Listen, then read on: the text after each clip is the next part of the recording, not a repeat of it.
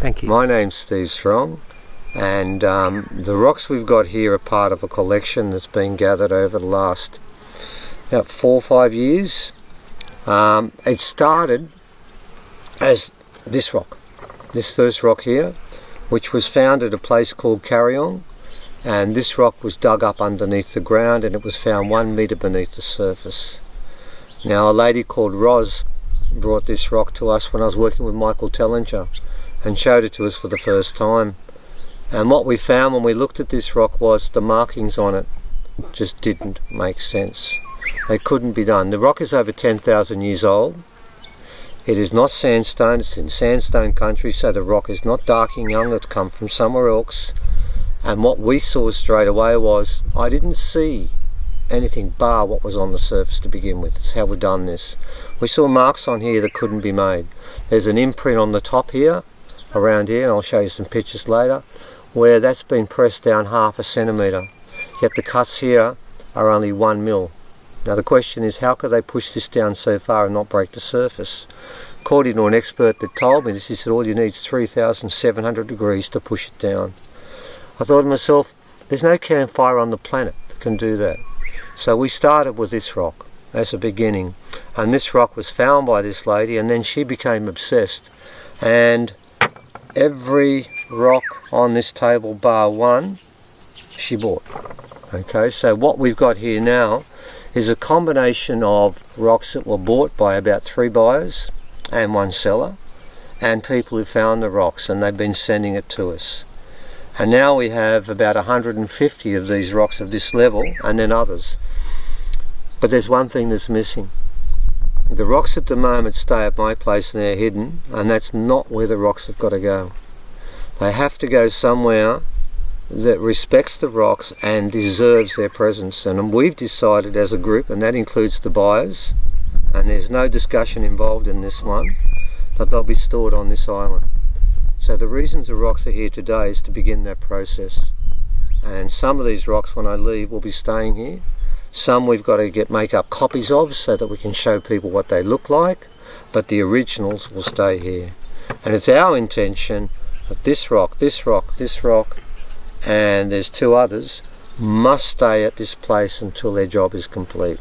So there are certain rocks that have jobs to do in the future, and some that have completed their story.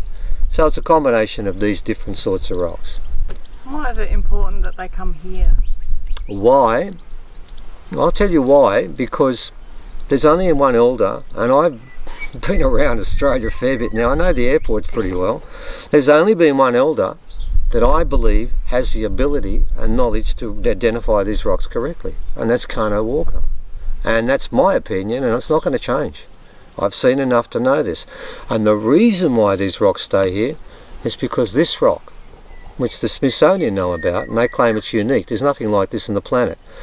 He knows the story that goes with this rock. And more importantly, I have no doubt what he told me is correct.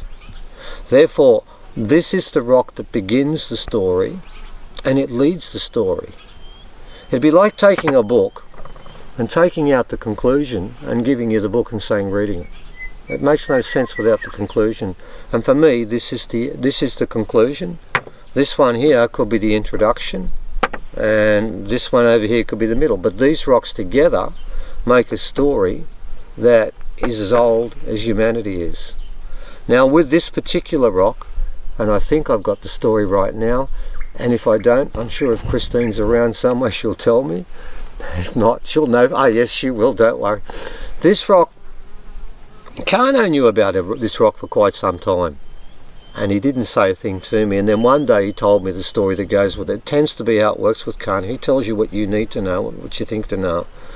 And he told me very simply, this is a story about the goanna coming from a distance, coming from another place, and I'm guessing it's Pleiades, I'm sure it is. And when they came here, they weren't welcome. And what actually took place was the eagle and the crow fought against the goanna and stopped the goanna from coming, because they decided they didn't need to come to this place. But the crow saw the wisdom in them coming and changed sides, and eventually what took place was that the crow and the goanna won, and the goanna was given the claws to scratch the laws in. Now Karno said something very important to me on the phone. I've never forgotten it. And he said, then the whitefellas took our story and turned it into the 10 Commandments. This is the beginning. If this is the story they wrote down and this is their wisdom, and by the way, I want to show you something. See these marks on here? And some people are going to say, these are just marks.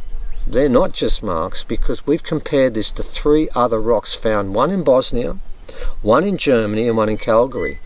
And on those rocks are 47 marks and angles. And on this rock, I can find 45 of them. Now that's impossible. 2 of the rocks are identical. The one in Bosnia is 15 and 15, the one in Germany is 11 and 11. Where we've got measurements like 13.62 on this one, and I'll have exactly the same measurement. This is the first language. It was done in angles and lines and alignments. And by the way, Ogham script, which is the first language we had, is just tally marks. This is where language starts. And this particular rock, what's really important with this rock is, it contains 2.5 languages.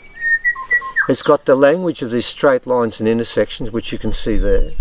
It's got the language of the imprints, and it also has the language of the thumb, because it's held like this. The rocks are all held in certain ways. Now that's 2.5. This rock, which is found in Githable country, and of course all the Githables said then it must belong to us. This is not volcanic, boys and girls. It doesn't come from Githable land the same way this didn't come from Darkingyong land. It didn't come there. It came from somewhere down here, and it was placed in places. Now this one has 4.5 languages. First of all, it's got the index finger like that, female rock. Well, there's your thumb, there's your finger, there's your sign language there. It's also got the letter A, because the original people had a language of 16 letters. Now A means something like the light of the soul with God coming in. The letters mean different to what we've got. It's also got the pecking language running across there. It's also got these lines that run across like computer readouts. And then it's got the very fine hair lines on a lot of these. Now that's 4.5 languages. This one only has 2.5. This is from the earth, this is from space. Which is more important? This one. It's got more. It's got more information. I try and tell people the Pleiadians came here not because they were gods, because they wanted something from the original people that they don't have. So these 2 rocks together are the story of the 7 languages of the male and the female and the beginning of humanity. So they stay here. And it leads with this one. So they're very important, those ones. This one here is an amazing rock because half of it is just like it is and the other half's been cut. And you can see how they've cut it.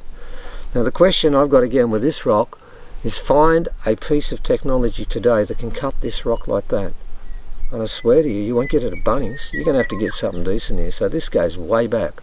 And on this rock there are nearly 500 marks on this side. And there's a triangle that cuts right through the centre of it there. My understanding is this is a story about the seeding of this planet. And that puncture point is Uluru. And what landed there was Uluru, and in that was seeded the beginning of life. And the story of life here is the oldest one on this planet. And the reason, which is really important, because at one stage when I was looking at these rocks, I had an elder with me by the name of Uncle Marbach. I asked him, and we're talking about these rocks, I said, I don't get it. Why come? If you look at our history, it's a disaster. It's the last 7,000 years have been what? Basically war. And people killing each other. And they said, well, what have we got that they want? And he said, you've forgotten one thing. We have one thing on this planet that no one in the cosmos has. And he told me, he said, I want you to think about the very first depictional account of an alien that was nice to humans. And the guy that actually did this story has told anyone that wants to listen that he was channeled. His name's Gene Roddenberry, and the story is Star Trek. And we're talking about Dr. Spock. Well, he claims, he says, I want you to think of all the aliens as variations on that. And what was Dr. Spock's big problem with humans? Our emotions. He couldn't work them out. And what was the one that threw in the most? Love. Could not work it out. He told me that's why they come here. Because that's what we have in abundance, and that's what powers the universe more than anything else. And that's why the Pleiadians set this story up so long ago, because they didn't want to become masters. They wanted to incarnate into something. So the Pleiadians came here to incarnate into original genes, which is what they've done. But remember one thing.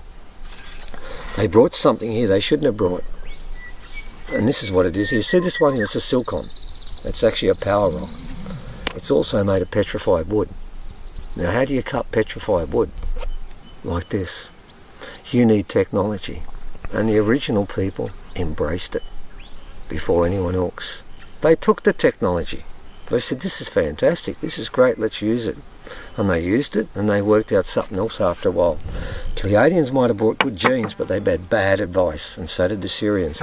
This place doesn't work on technology. It's a high spiritual octane planet that works on low-level technology. And that's why we've had civilizations that fall on their backside. And the original people worked out way back, we don't want any of it. And then the rest of us didn't. And that's what this is all about now. This is about how things used to be. This one here, I'm told, which is quite an unusual rock here, it was actually marked all the way around. It's also held, and it's held like this, and because the fingers are rubbed over the top, it's all gone now, this part here. But you can see ridging down the bottom where it was there. I'm told this is part of that technology. This is part of that older technology, because it's a different format to the others. And this one's supposed to represent Atlantean or Pleiadian. I don't really care, but I do know that it's different to the others. And once again, from my point of view, it's the technology involved in making this. You can't. You virtually... What the scientists have told me is what they could never work out with these rocks is how did they get such an even spread? Well, fortunately, a gentleman over there gave me the clue to that. This is actually a resin. And they've melded the chert into the resin and then just placed it on top like this. And then it's just like a potter cutting the lines. It's really that simple once you know how to do it. Of course, once someone gives you a clue, it makes it a lot easier, doesn't it? So, what we've got here is we've got these mark rocks. This one's quite interesting because it's had this beautiful seahorse that's put on the top there, which shows you there are so many levels to what they put on this. It's not just these marks like this, and it's not just marks like this. This is a language that has no boundaries. It has everything on it. And this particular one reminds me of this one here.